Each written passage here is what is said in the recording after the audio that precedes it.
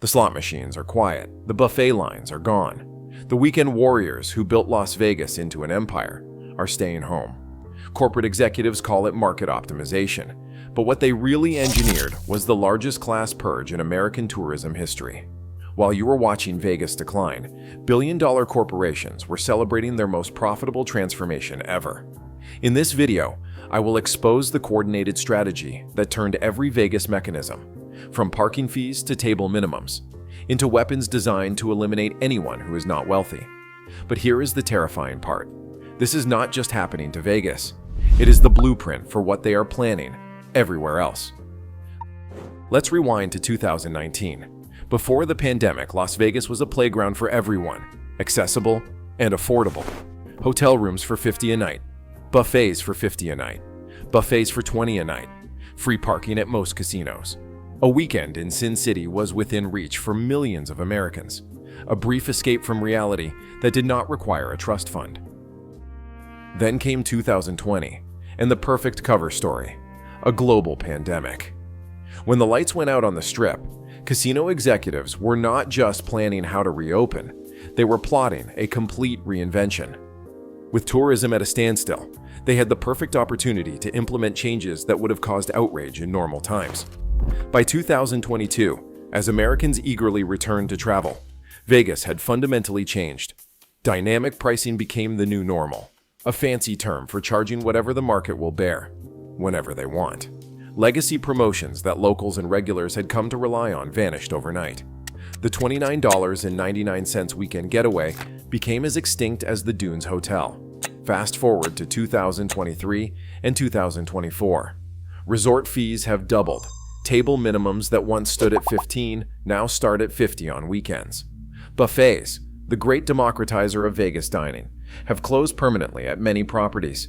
The message is clear. If you are not prepared to spend big, Vegas does not want you anymore. This isn't speculation. The evidence is hiding in plain sight, in corporate strategy documents that spell out exactly what they are doing. MGM's Premium Guest Initiative explicitly targets visitors who spend $500 plus per day, redesigning everything from floor layouts to loyalty programs to cater exclusively to high rollers. Caesars Entertainment issued a quality over quantity directive to shareholders, proudly announcing they had reduced comp eligibility by 80%. Translation, those free drinks while gambling, that comped hotel room for loyal players, gone, unless you are dropping thousands. Perhaps most telling is Wynn's demographic refinement program. Internal data shows they intentionally reduced their customer base, focusing on extracting more money from fewer, wealthier visitors. The profit mathematics tell the whole story. In 2019, Las Vegas generated $6 billion in revenue from 42 million visitors, roughly $143 per person. In 2024, Las Vegas is generating $7.2 billion from 28 million visitors, a staggering $257 per person. That is an 80% increase in profit per guest, while simultaneously reducing operational costs by serving fewer people. It is a corporate dream and a middle-class nightmare. To execute this transformation, Las Vegas corporations developed a sophisticated playbook, converting what was once America's affordable playground into an exclusive resort for the wealthy. First came resort fee weaponization. What began as a sneaky $20 add-on has morphed into a $50 plus daily charge at most major properties. These fees are not for additional services, they are for basics, like internet access and gym use that were once included. By keeping the advertised room rate artificially low while piling on mandatory fees, casinos create the illusion of accessibility, while ensuring only certain wallets can actually afford to stay. Table minimum engineering might be the most effective exclusion tool. Blackjack tables that once welcomed $10 bets now demand a $25 minimum during weekdays and $50 plus on weekends. This is not about maximizing floor space efficiency. It is about eliminating casual players entirely. A family with a $500 gambling budget could once enjoy hours at the tables. Today, that same budget might last 30 minutes. Comp program destruction has been particularly ruthless. The Vegas tradition of rewarding gamblers with free drinks, meals, and rooms has been systematically dismantled. New algorithms ensure that only the top 20% of spenders qualify for meaningful benefits. The floor supervisor who could authorize comps based on playtime has been replaced by algorithms designed to extract maximum value. Perhaps most symbolic was the implementation of parking fees. For 70 years, parking in Vegas was free, a small but meaningful gesture that said, "Come as you are." When MGM introduced parking fees in 2016, other properties quickly followed. The message was clear. Every aspect of Vegas would now be monetized. These changes were not independent decisions made by competing businesses. Evidence suggests coordinated action across the industry.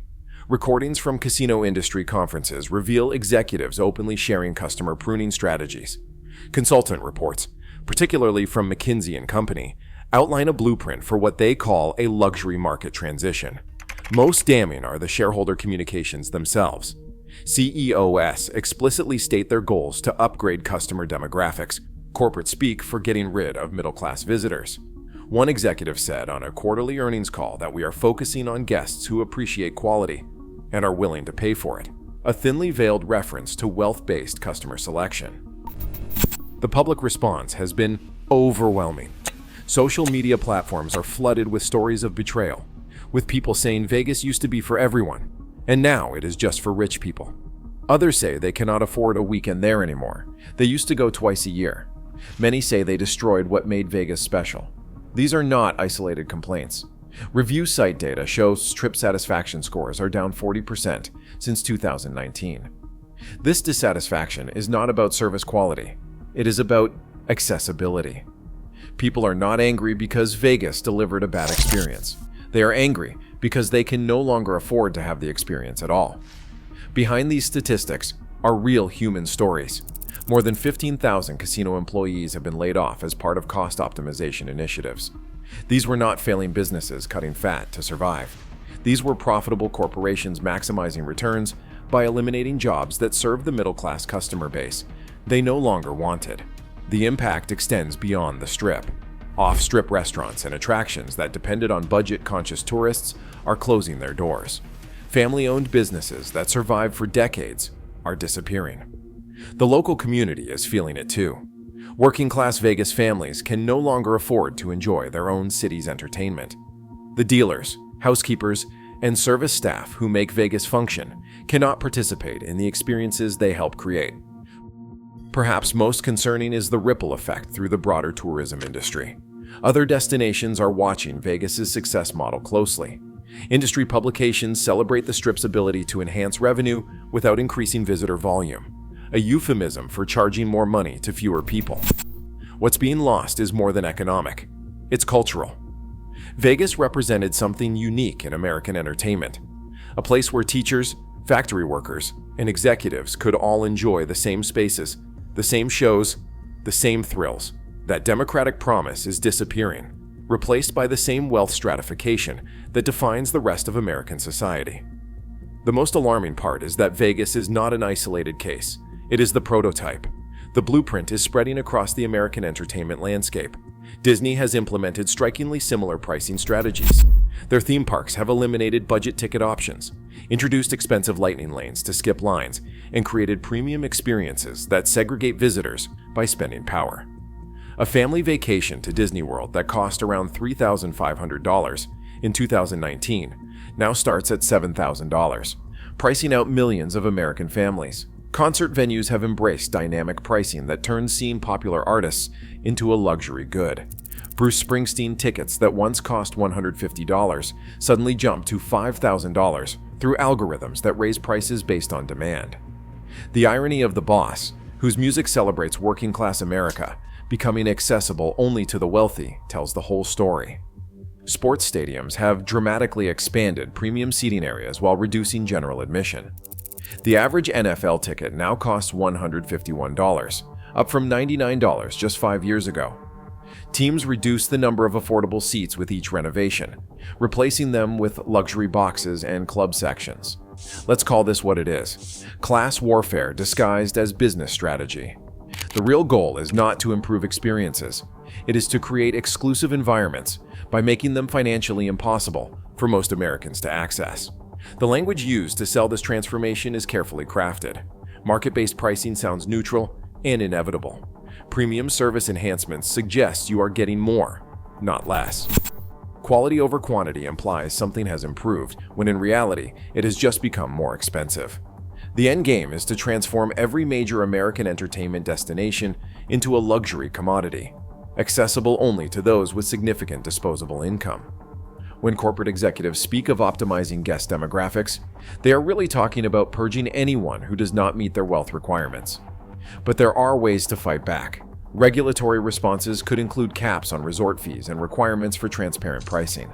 Several states have already begun investigating hidden fee practices as deceptive. Consumer power remains potent. Coordinated boycotts of properties that have eliminated middle-class access can send a powerful message. Supporting Vegas properties that maintain accessible pricing, for example, some off-strip casinos that still offer reasonable rates and low table minimums, directs dollars toward businesses that deserve them. Alternative development also offers hope. Local governments could incentivize new entertainment venues with accessibility requirements. Independent operators could fill the void left by corporate consolidation, creating spaces that welcome everyone. What's happening in Vegas reveals a fundamental question about American life. Are our shared spaces and experiences for everyone, or only for those who can afford them? The answer will determine whether we remain one society or complete our transformation into separate worlds based on wealth. The casino's BET that you will not notice, or that you will accept this new reality as inevitable. They're counting on our silence and resignation. But they've miscalculated. The spirit that built Las Vegas, that brash democratic promise that anyone could have a shot at the good life, isn't dead. It's just waiting for us to fight for it. They betrayed the promise that Vegas was for everyone, but we won't let them erase that memory. Have you been priced out of Vegas? Share your story below. Your experience exposes their lies. Hit subscribe if you want us to keep fighting for the America where regular people could dream big. Like if this opened your eyes. We're on your side.